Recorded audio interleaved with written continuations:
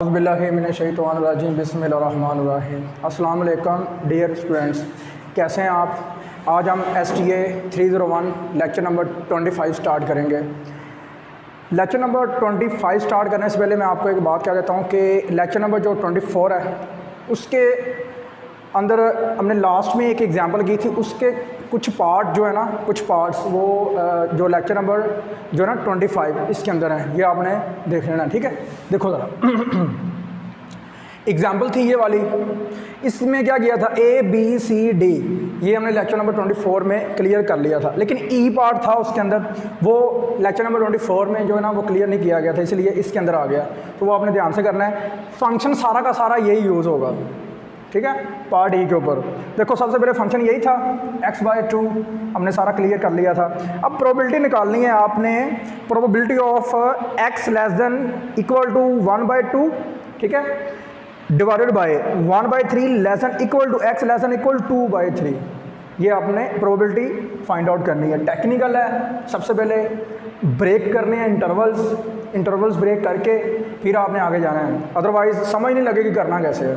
चलें ये देखें ज़रा, सबसे पहले क्या करना है, सबसे पहले ये करना है कि इस तरह कोई भी क्वेश्चन आपके पास आ जाता है, इसे डिवाइड करो इस पर जी, तो ये आएगा 0.5, इसे करो इस पर और इसे करो, ये करो। सबसे छोटा नंबर जो है ना वो आप नोट आउट करो, वो कौन सा है, 1/3 है, तो वो मैंने पहले लिख दिया। अब उसके बाद दरमियाना नंबर कौन सा है, वो 1/2 है, वो दरमियान में आ गया, और लास्ट पे सबसे बड़ा आ गया। अब देखो करना क्या है, जो ऊपर इंटरवल आपने सेट करना है ना ऊपर, वो आपने करना है ये वाला 1/3 से लेकर 1/2 तक। फिर बाद में क्या करना है, ये भी इंक्लूड होगा, फिर बाद में आपने इसी को फिर पिकअप करके इसके साथ ये जोड़ देना है। तो इट मीन के ऊपर आएगा इंटरवल ये वाला, ठीक है, और नीचे जो इंटरवल आएगा वो ये वाला आएगा। कैसे आएगा ये भी हम थोड़ा सा डिस्कस कर ही लेते हैं। x less than equal to 1/2, x less than equal to 1/2। आप x का ऐसा इंटरवल फाइंड आउट करो जो आपकी प्रोबेबिलिटी गिवन के अंदर 1/2 से छोटा हो, तो वो 1/3 है, तो 2/3 तो नहीं आएगा। फिर क्या होगा देखें, 1/3 इंक्लूडेड, इसका मतलब होता है इंक्लूडेड, इसका मतलब होता है इंक्लूडेड, शामिल है, ये देखो शामिल है, ये देखो शामिल है, समझ लगी बात की, इंक्लूडेड। तो कह रहा है कि 1/3 इंक्लूडेड 2/3, तो इट मीन क्या होगा, इसका तो इंटरवल सीधा सीधा मिल गया, इसने थोड़ा सा परेशान किया आपको।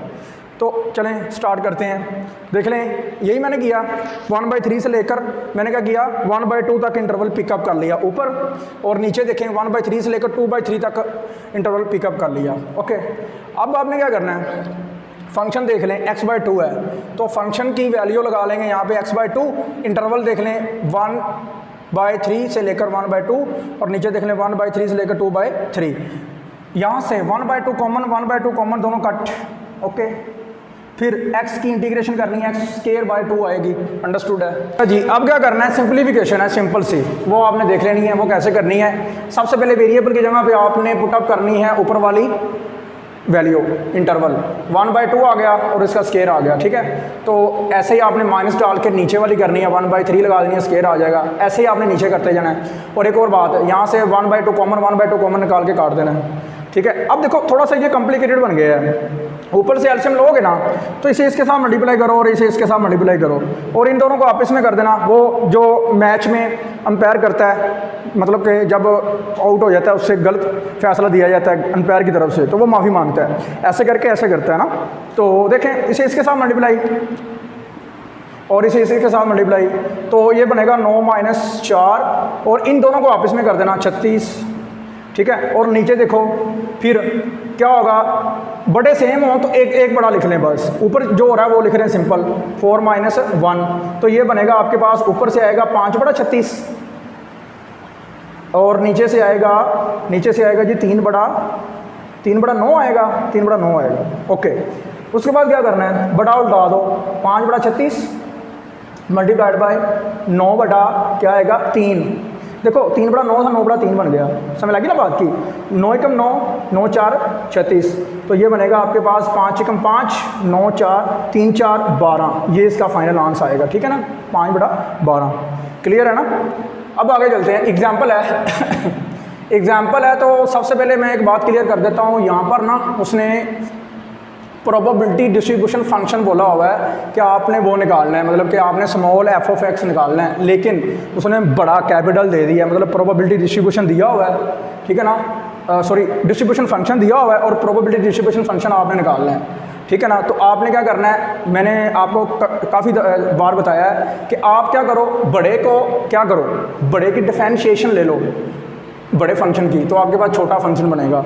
तो क्या करना है, देखें फंक्शन उसने जो गिवन दिया हुआ है उसके हिसाब से मैं जाऊंगा, मैंने वैल्यू नहीं लिखी है, आपने देख लेना है। पहले जीरो लिखा हुआ है, जीरो की डिफरेंशिएशन जीरो ही होती है, कांस्टेंट की हमेशा जो है ना वो जीरो होती है, लेकिन जीरो की खुद बजाते खुद जीरो ही होती है।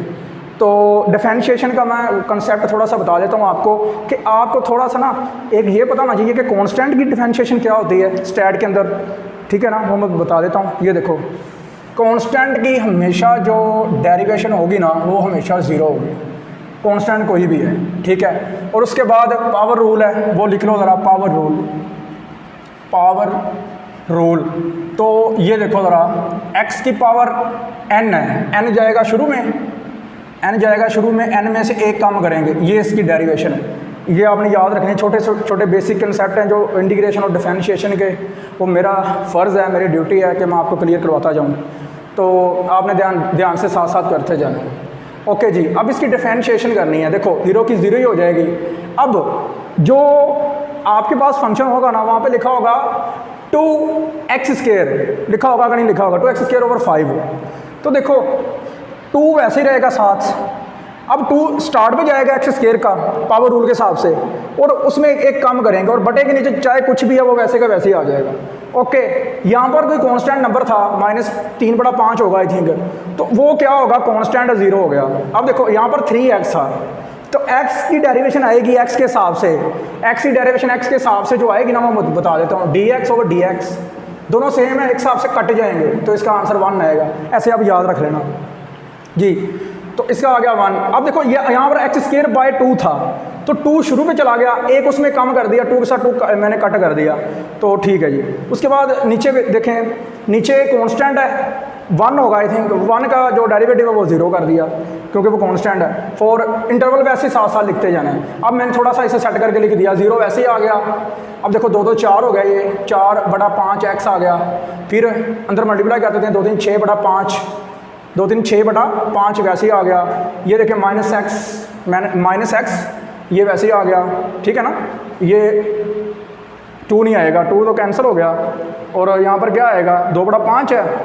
ये देख लेना है कि अगर ऐसे 2/5 है ना, ऐसे 2/5 है, तो फिर आएगा 2x/5, ठीक है ना, इस तरह आएगा।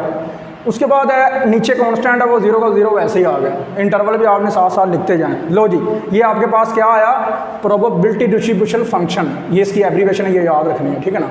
तो ये मैंने DF लिखा था, ये डिस्ट्रीब्यूशन फंक्शन F, मतलब कि कैपिटल को कहते हैं, स्मॉल को प्रोबेबिलिटी डिस्ट्रीब्यूशन फंक्शन कहते हैं। आगे लिखा है find probability mode x mode x less than 1.5। तो मोड को पहले खोलने का तरीकाकार आपको आना चाहिए, नहीं तो गड़बड़ हो जाएगी, ये बात याद रखनी है आपने, ठीक है। ये देखो x मोड लेस देन या इक्वल टू जो भी है, यहाँ पे लिख देता हूँ मैं 100। तो इसका मोड जो खोलने का तरीका होगा ना वो होगा -100 कांस्टेंट माइनस में, less than equal to x less than equal to plus का 100। ये कुछ इस तरह होगा, समझ लगी बात की। ये देखो मैंने क्या किया, ये कांस्टेंट 100 की जगह पे आ गया, -1.5 less than x less than जी x लेस देन 1.5। हमेशा एक बात याद रखनी है, नेगेटिव नंबर की जो प्रोबेबिलिटी है वो एग्जिस्ट ही नहीं करती, नॉट पॉसिबल है, इम्पॉसिबल इवेंट होता है ये, समझ लगी बात की। तो अब देखो ज़रा एक बात याद रखनी है, जितने भी क्विज़ आते हैं प्रोबेबिलिटी का जब कंसेप्ट आता है तो ये होता नहीं कि वहाँ पर वो इम्पॉसिबल इवेंट या श्योर इवेंट की बात ना करे। तो उसने बहुत ज़्यादा क्विज़ में बहुत ज़्यादा जगह पे ऐसे पूछा था कि -0.5 की जो प्रोबेबिलिटी है ना वो एग्जिस्ट करेगी या नहीं करेगी, तो वो इम्पॉसिबल इवेंट होगा, उसकी जो प्रोबेबिलिटी होगी वो क्या होगी, वो हमारे पास 0 होगी। इंटरवल हमेशा नेगेटिव नहीं आएगा, इम्पॉसिबल इवेंट। जी डियर स्टूडेंट्स, आगे हम करेंगे एग्जाम्पल है गिवन हमारे PDF पे। जी एग्जाम्पल में क्या है आपके सामने है जी, एग्जाम्पल गिवन दिया गया function f of x 2 into 1 minus x, जबकि ये हमेशा बात याद रखनी है कि पीडीएफ में ओपन इंटरवल दिया गया, ये क्लोज इंटरवल होता है, ये आपने क्लोज कर लेना है, ठीक है। और उसके बाद कहता है कि अगर आपका आंसर 0 और 1 के बिटवीन आता है तो देन आप ये फंक्शन यूज़ करोगे। अगर इसके अलावा कोई भी इंटरवल आता है देन उसका जो फंक्शन होगा उसका आंसर होगा कांस्टेंट 0 होगा। तो सबसे पहले हम चलते हैं कि हमने ना प्रूव करनी है प्रॉपर्टी बेसिकली कि ये वाली प्रॉपर्टी जो है ना, ये वाली property expected value of 3x + 5, तो कांस्टेंट चला जाता है स्टार्ट में, एक्सपेक्टेड वैल्यू वैसे आ जाती है और +5 वैसे आ जाता है, समझ लगी बात की। तो ये हम प्रूव करेंगे इस फंक्शन के हिसाब से। चलें जी स्टार्ट करते हैं। सबसे पहले हमें किसकी वैल्यू चाहिए, एक्सपेक्टेड वैल्यू की। तो आपने क्या करना है, एक्सपेक्टेड वैल्यू क्वेश्चन मार्क, ठीक है, expected value is equal to 0 से 1 लिमिट x लगाना है। यहाँ पे अगर x होगा तो यहाँ पे आपने x लगाना है, x f of x dx। तो क्या करना है अब देखो x वैसे ही आ जाएगा और ये फंक्शन की value 2 into 1 minus x, 2 into 1 minus x, 2 constant start पे चला जाएगा और 2 को आप अंदर मल्टीप्लाई कर दो, सॉरी x को अंदर मल्टीप्लाई कर दो, x इंटू 1 माइनस एक्स। अब दोनों की इंटीग्रेशन अलग अलग कर दो, 0 से 1 x की इंटीग्रेशन लग और उसके बाद x को अंदर मल्टीप्लाई करोगे x स्क्वायर dx इंटीग्रेशन लग, लिमिट 0 से 1, 0 से 1। अब आगे चलते हैं। अब देखें एक बात याद रखनी है कि आपके पास अगर x होता है तो उसकी पावर होती है 1, x की पावर में 1 आप ऐड कर दोगे, वही आप डिवाइड कर दोगे, ठीक है ना। तो देन आपके पास क्या आएगा, x स्क्वायर बाय 2, 0 से 1 माइनस एक्स स्क्वायर है, एक्स स्क्वायर में एक ऐड कर देना है, वही आपने डिवाइड कर देना, वो क्यूब बाय क्यूब 0 से 1, ठीक है ना। ये इसकी इंटीग्रेशन हो गई। और एक और बात याद रखनी, काफ़ी बच्चे पूछते हैं कि सर इंटीग्रेशन का जो कंसेप्ट है वो हमें समझ नहीं सही से लगता। और एक बात याद रखना कि अगर आपके पास कोई कांस्टेंट आता है ना, उसकी इंटीग्रेशन निकालनी है तो ये एक्स बताता है कि इसकी इंटीग्रेशन जो होगी ना वो एक्स होगी 1 की, और जो अगर एक्स स्क्वायर आता है, एक्स आता है तो उसकी एक्स स्क्वायर होती है। वो कैसे, ये देखो ज़रा, वो ये कहता है कि उसकी पावर में जो ऐड कर रहे हो 1 और वही आप डिवाइड कर दो तो x स्क्वायर बाय 2 होती है, समझ लगी ना बात की। तो ये आपने इंटीग्रेशन का कंसेप्ट जो ना आपने माइंड में रखना है।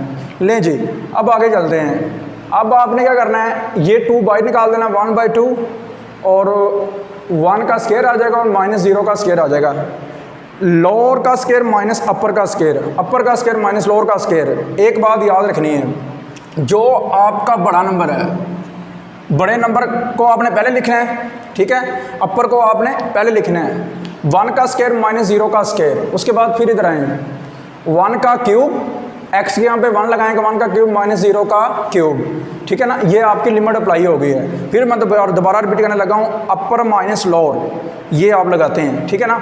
अगर ये देखें मिसाल के तौर पे x है तो आप यहाँ पे लिमिट लगाना चाहते हैं वो 1 से 2, तो आप लगाओगे 2 माइनस 1, देखें 2 माइनस अपर माइनस लोअर, ठीक है ना। तो देन क्या होगा देखते हैं, 1/2 बचेगा, इधर से 1/3 बचेगा। अब इसका लो एलसीएम आता है 6 एलसीएम आएगा, इसे इसके साथ मल्टीप्लाई कर दो, इसे इसके साथ कर दो, इन दोनों को आपस में कर दो, 3 - 2 1 आएगा। तो 2 × 2 और 2 3 6, ये बनेगा 1/3। किसका आंसर 1/3 हमारा आंसर बना है जी, एक्सपेक्टेड वैल्यू का, ओके ना, एक्सपेक्टेड वैल्यू का। अब आप क्या करोगे, एग्जाम्पल है देखो, इसको वेरीफाई कर लेते हैं, इसको वेरीफाई करते हैं। ए क्या 3 दिया गया है, बी 5 है और एक्सपेक्टेड वैल्यू जो ना वो 1/3 आ गई है, समझ लगी बात की ना। अब देखो मैं लेफ्ट हैंड साइड इसकी कंसिडर कर लेता हूँ, लेफ्ट हैंड साइड। तो लेफ्ट हैंड साइड में अगर मैं कंसिडर करता हूँ बाय इंटेग्रल, तो देखो एक्सपेक्टेड वैल्यू जिसकी आप निकालोगे ना, यहाँ पे जो ई के आगे होगा वही आपका फंक्शन यहाँ पे लगेगा और साथ इनटू फंक्शन आएगा। फॉर एग्जांपल देखो इसकी मैं मिसाल दे सकता हूँ, ये देखो ज़रा, यहाँ पर एक्सपेक्टेड वैल्यू x है ना, यहाँ पे x आ गया, साथ फंक्शन आ गया, तो यहाँ पे भी ऐसे है, एक्सपेक्टेड वैल्यू 3x + 5 है, तो यहाँ पे 3x + 5 आ गया और इनटू फंक्शन आ गया, फंक्शन वो गिवन जो पीछे दिया गया, ठीक है। अब 2 कांस्टेंट स्टार्ट पे चला गया, बाकी ये रह गया, इन दोनों को मल्टीप्लाई करना है आपने, 3 को करना है 1 के साथ, फिर 3 को करना है -x के साथ। तो पहले 1 के साथ करोगे ये आएगा, x के साथ करोगे ये आएगा, लिमिट भी अलग अलग मैं कर रहा हूँ साथ साथ, 0 से 1 लिमिट भी अलग अलग करनी है, इंटीग्रेशन अलग अलग करके जाना है। तो फिर कांस्टेंट अब 5 को करना है इसके साथ, फिर -5x आएगा। तो देखें सारी की मैंने क्या कर दी, लिमिट भी, इंटीग्रेशन भी, मल्टीप्लिकेशन अलग अलग कर दी। पहली को किया मैंने पहली के साथ, फिर पहली को किया दूसरी के साथ, फिर इसे इसके साथ, फिर इसे इसके साथ। इस तरह मैंने मल्टीप्लिकेशन की और इंटीग्रेशन भी अलग कर दी, ठीक है ना। अच्छा जी, उसके बाद आपने क्या करना है, कांस्टेंट स्टार्ट पे निकाल देना है। कांस्टेंट स्टार्ट पे चला गया, x की इंटीग्रेशन क्या आएगी, x²/2 और उसकी लिमिट क्या है आपके पास 0 से 1, ठीक है ना। उसके बाद x² 3 स्टार्ट पे चला गया और x² की क्या आएगी x³/3, 0 से 1 लिमिट, ठीक है ना, 0 से 1 लिमिट और ये भी 0 से 1 लिमिट। अब देखो कांस्टेंट ओनली 5 पड़ा हुआ है, तो 5 स्टार्ट पे जाएगा, 5 कहाँ जाएगा, स्टार्ट पे जाएगा, और बाकी अंदर क्या 1 बचेगा, 1 की इंडिकेशन क्या आ जाएगी x। उसके बाद क्या होगा, देखें x है, 5 स्टार्ट पे चला जाएगा, x²/2 आ जाएगी, 0 से 1 लिमिट होगी। अब कुछ भी नहीं करना, सिर्फ और सिर्फ बटे के नीचे जो नंबर है वो बाई निकालने हैं और लिमिट पुट अप करनी है। ओके, मैं करता हूँ लिमिट पुट अप। देखो ज़रा 3/2 मैंने बाहर निकाल लिया, ये देखो ज़रा 3/2 है, 3/2 बाहर चला गया, 3/2 और 1 - 0 का मतलब आ गया 1 का स्क्वायर - 0 का स्क्वायर आ गया। अब देखो 3/3, 1 का क्यूब - 0 का क्यूब प्लस 5 × 1 - 0 -5/2 1 का स्क्वायर - 0 का स्क्वायर, ठीक है ना। ये मैंने लिमिट पुटअप सबकी कर दी। और जो कट शट हो रहा है वो कर दो, ये देखो 3 के साथ 3 कैंसिल हो रहा है। अब ये देखते हैं, इसका आंसर आएगा 1, 3/2, 3/3, 5 ओनली, 5/2। ओके, समझ लगी ना यहाँ तक। अब आपने क्या करना है, सिंपल है, इन दोनों को कट आउट करके जिनके बटे सेम हैं उन दोनों को मैंने पास कर दिया और इसे उठा के बगैर बटे वाले नंबर के साथ मिला दिया और 2 को अंदर मल्टीप्लाई कर दिया। 2 को अंदर मल्टीप्लाई करेंगे तो 2 के साथ 2 कैंसिल, फिर 2 के साथ 2 कैंसिल, फिर देखो -2 × 2 2 5 10, ठीक है ना। और इधर से देखो ज़रा, आपके पास जो आंसर आएगा वो आएगा 10 में से आप 7 निकाल दो, 3 बचेगा, 3 + 3 6, ठीक है ना। अब राइट हैंड साइड का भी आंसर ये होना चाहिए, इंटेग्रल के बगैर डायरेक्ट ये वाली वैल्यूज़ लगाकर, ठीक है ना। देखो मैं क्या करता हूँ, राइट हैंड साइड क्या बनेगी, 3 × एक्सपेक्टेड वैल्यू ऑफ x + 5। तो यहाँ पे एक्सपेक्टेड वैल्यू की वैल्यू कितनी है, एक्सपेक्टेड वैल्यू की 1/3, तो यहाँ पे 3 के साथ 3 कट गया, 1 बच गया, 1 + 5 6 आ गया। ये लेफ्ट हैंड साइड बराबर राइट हैंड साइड, इसका मतलब ये प्रॉपर्टी होल्ड करती है कि जैसे आप क्या करो, एक्सपेक्टेड वैल्यू किसी चीज़ की आपके पास ऐसे 2x + 10, तो इसे आप लिख सकते हो कि 2 × एक्सपेक्टेड वैल्यू ऑफ x + 10, ठीक है ना, ऐसे लिख सकते हो। लें जी, उसके बाद हम नेक्स्ट एग्जांपल की बात करते हैं। उसमें आपने क्या करने हैं, मूवमेंट्स निकालने हैं सबसे पहले। उसके बाद पहले आपके पास ना जो प्राइम्स होने चाहिए, μ1 प्राइम, μ2 प्राइम, μ3 प्राइम, μ4 प्राइम होने चाहिए। तो सबसे पहले μ1 प्राइम निकालेंगे, फिर 2, फिर 3, फिर 4। चलें जी, सबसे पहले एग्जाम्पल की बात करते हैं। ये वाली जो गिवन एग्जाम्पल है, मूवमेंट्स निकालने, उसमें आपने लें जी, सबसे पहले एक फंक्शन देख लें, उसने गिवन दे दिया, ये वाला फंक्शन है आपके सामने, ठीक है ना। ये एक पूरा का पूरा आपके पास उसने फंक्शन दे दिया है, जैसे आपके पास पीछे दिया उसने, ठीक है ना। तो μ1 prime is equal to expected value of x। ये फॉर्मूला है, ये याद रखना आपने, ये एक फॉर्मूला है कि μ1 प्राइम किसके बराबर होता है, एक्सपेक्टेड वैल्यू ऑफ x के। तो एक्सपेक्टेड वैल्यू ऑफ x किसके बराबर होती है, x × f ऑफ x। 0 से 2 लिमिट है, 0 से 2 लिमिट है, ठीक है ना, 0 से 2 लिमिट है आपकी, 0 से 2 लिमिट आ गई। तो देन आप फंक्शन की वैल्यू लगा दो, 3/4 जो है कांस्टेंट स्टार्ट पे चला गया, x को अंदर मल्टीप्लाई करो, x को अंदर मल्टीप्लाई करो, देखो इससे x को अंदर मल्टीप्लाई करो, इसको इससे अंदर करो, तो क्या आएगा ये x² और लिमिट क्या आएगी 0 से 2 dx, ये देखो, ठीक है ना। 2x² माइनस, फिर अंदर मल्टीप्लाई करो, ये x² अंदर मल्टीप्लाई होगा तो x का क्यूब। अब इसकी इंटीग्रेशन आप अलग अलग कर दो, तो इसकी इंटीग्रेशन जब अलग अलग करेंगे ये 2 कांस्टेंट स्टार्ट पे चला जाएगा और ये पावर कितनी x² / 3 आ जाएगा, ठीक है ना, और लिमिट 0 से 2। इसी तरह ये है, ये क्यूब है तो x⁴ / 4, ठीक है ना, और लिमिट आएगी 0 से 2। लिमिट अब अप्लाई करते हैं हम। लिमिट क्या करेंगे, सबसे पहले 3 को बाहर निकाल लेते हैं, वो 2/3 बन जाएगा। ठीक है। लिमिट अब लगाएंगे तो 2 की पावर 3 और 0 की पावर 3, ठीक है ना। 2 की पावर 3 माइनस 0 की पावर 3 माइनस 1/4, 2 की पावर 4 और माइनस 0 की पावर 4। इधर से हमारे पास आंसर आएगा 8 और इधर से आएगा 16। ओके, अच्छा जी, उसके बाद हम निकालेंगे म्यू प्राइम 2, ठीक है, फिर 3, फिर 4। अभी फ़िलहाल हमने प्राइम्स निकालने हैं। तो सबसे पहले आप देखें कि म्यू प्राइम 2 अगर आएगा आपके पास, तो जहाँ पर x था वहाँ पे x स्क्वायर आ गया, ठीक है ना। जहाँ पर x था वहाँ पे x स्क्वायर आ गया। बाकी सारा का सारा प्रोसीजर वैसा का वैसे ही है, ये बात याद रखनी है। जहाँ पे म्यू 3 आएगा, प्राइम म्यू 4 आएगा, x3 आ जाएगा, x4 आ जाएगा, बस और कुछ नहीं होगा, ठीक है ना। तो देखते हैं, x स्क्वायर आ गया, ये फंक्शन आ गया, ये कांस्टेंट स्टार्ट पे चला गया, ये ले, ये फंक्शन अब अंदर मल्टीप्लाई करें 2x क्यूब आएगा, 2x क्यूब, और इंटीग्रेशन भी अलग अलग साथ साथ कर देनी है, 0 से 2 और dx, और इसे मल्टीप्लाई करें तो ये 4 आएगा। अब कांस्टेंट स्टार्ट पे जाएगा तो x की पावर 3 है, पावर 4, ठीक है, और डिवाइडेड बाय 4, 0 से 2 लिमिट, और ये हम क्या करेंगे जी, x की पावर 5 हो जाएगी, 4 थी 5 होगी, डिवाइडेड बाय 5 और 0 से 2, ये आपके पास इंटीग्रेशन आती जाएगी। तो देखो ज़रा, 2/4 हो जाएगा, लिमिट लगाओगे 2 की पावर 4 माइनस 0 की पावर 4 माइनस 1/5, 1/5, 2 की पावर 5 माइनस 0 की पावर 5, 2 की पावर 4 जो है ना वो आपकी होगी 16, 2 की पावर 5 जो होगी वो 32 होगी। तो 4 के साथ कट कर दें, 4 के 4 4 4 16, 4 बन गया, और ये यहाँ ये वैसे का वैसे रहने दें, 4 2 8, ये बनेगा आपके पास क्या आएगा, ये 8 माइनस 32/5 और इंटू 3/4, यही आएगा ना, अंडरस्टूड, यही आएगा।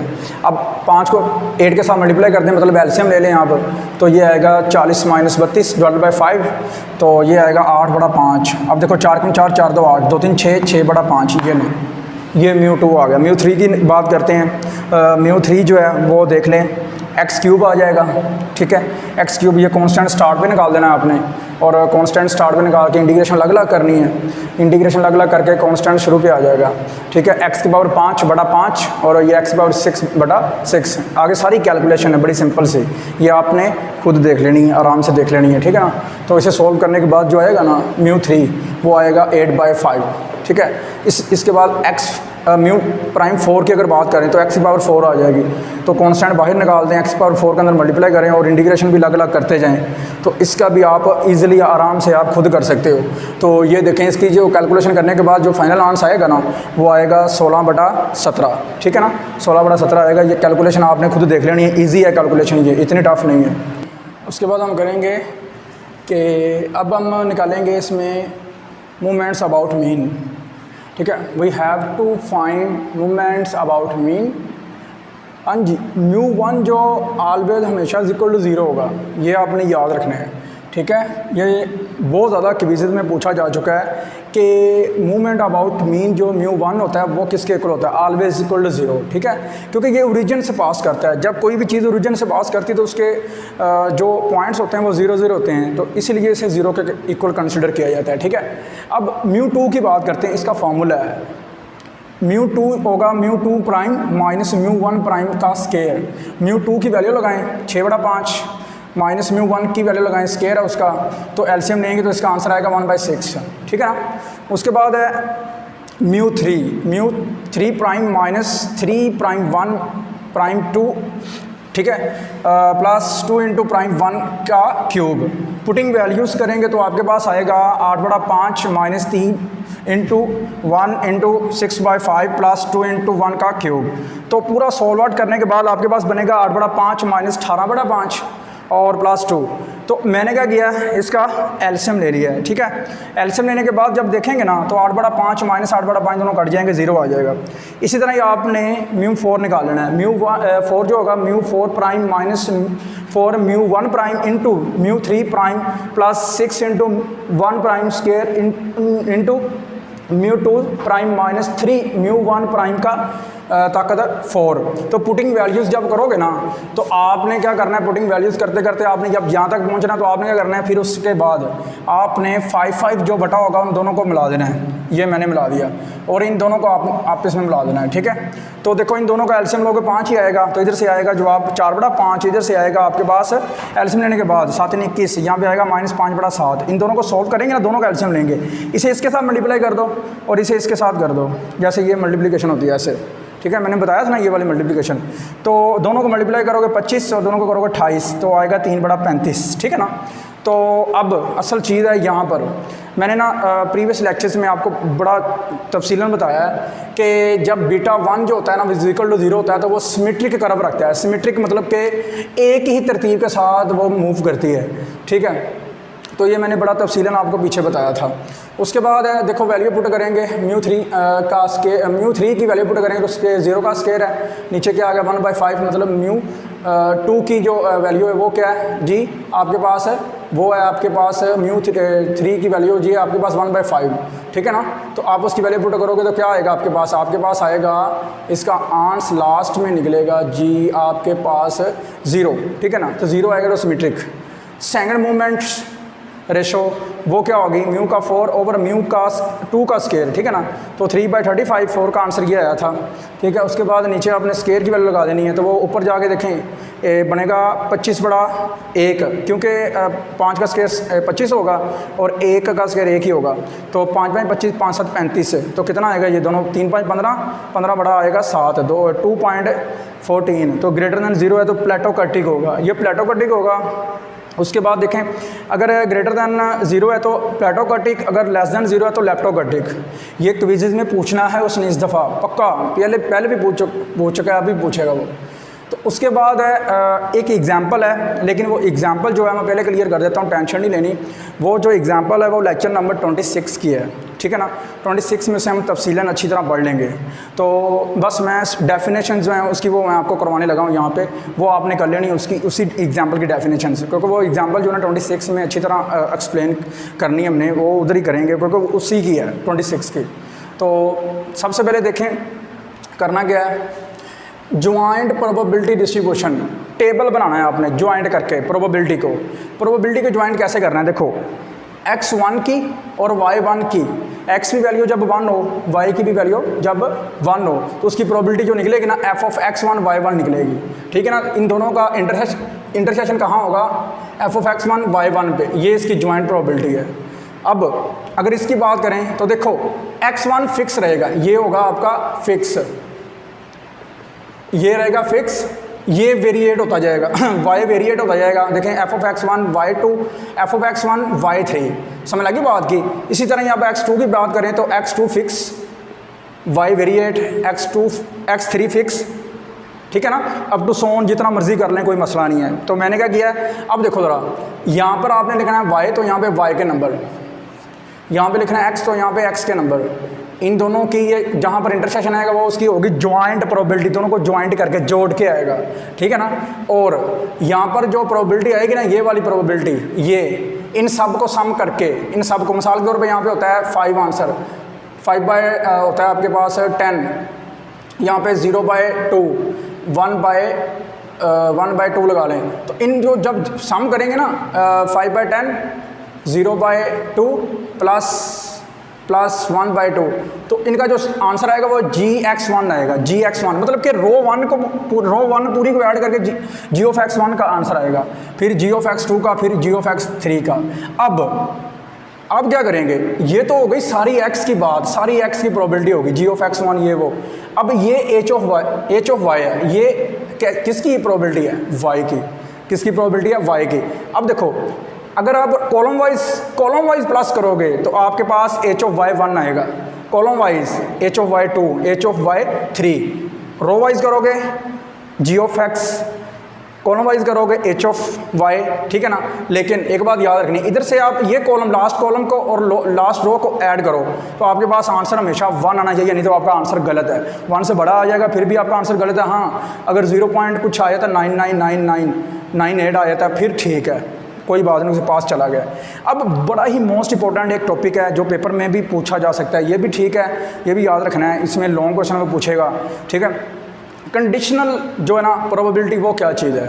कंडीशनल देखें, x i such that y i, ऐसे बढ़ते हैं, ठीक है ना। ये ऐसे कहते हैं f of x i given that y i, ठीक है ना, गिवन डैट वाई आई।